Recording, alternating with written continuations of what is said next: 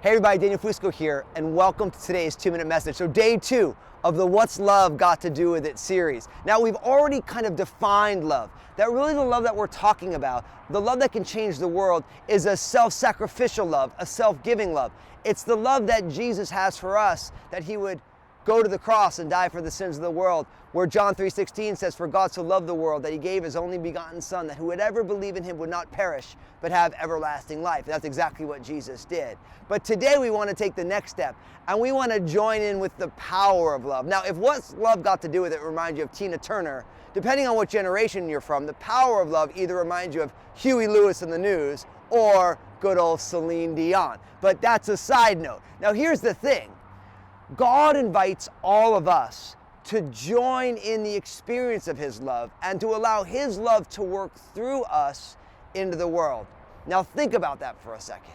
God not only loves us in Christ, but he wants us to be part of a movement of love, that his love gets amplified in our life as we move into this world, not always being about us, but it's being about what he is doing, what his plans are.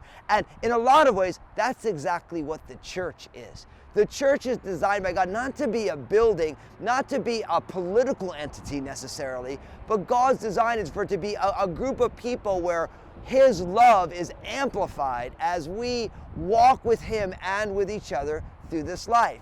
And you have to ask yourself a simple question. How am I being a part of the amplification of the love of God, that the power of God's love can do massive transformational things in our culture and our community and our world?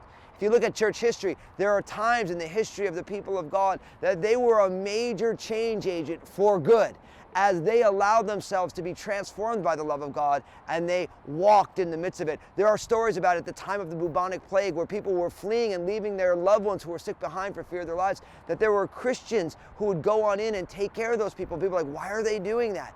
Great movements of revival happened because the people of God chose to inconvenience themselves to help people on the margins.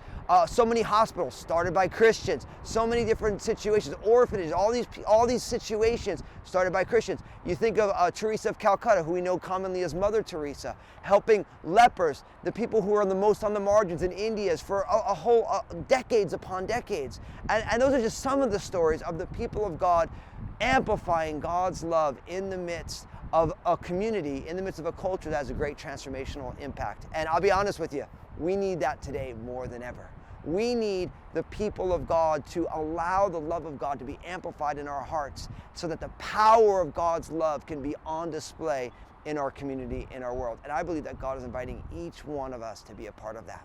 So this is what you do. First, I want you to share this message because we want everyone to be a part of this. And the more people we get involved in this, the greater the amplification and the more power God's love will be able to have in beautiful ways on our community and our world. And in the comment section, I want you to share, this is how I am allowing God, or I am joining God, or I'm partnering with God, or God is inviting me to partner with him, whatever the language you like, to amplify the power of his love. This is where I'm serving. This is who I'm seeking to help. These are the steps of faith that I'm taking so that we can celebrate what God is doing in each one of our lives. And God bless you today.